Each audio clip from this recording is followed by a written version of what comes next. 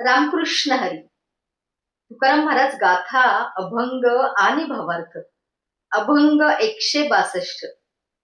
याल तर या रे लागे, अवघ्या माझ्या मागे मागे. आजी देतो पोट भरी, पुरे म्हणाल तो बरी.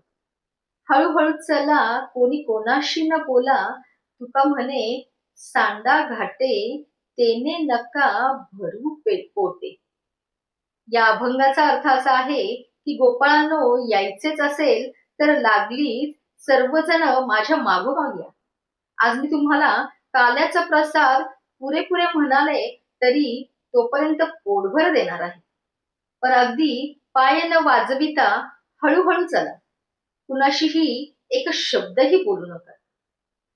त्यामुळेच तुकाराम महाराज म्हणतात, सर्व फोलकटे सोडून द्या, त्यांनी काही तुमचे पोट भरणारच नाही.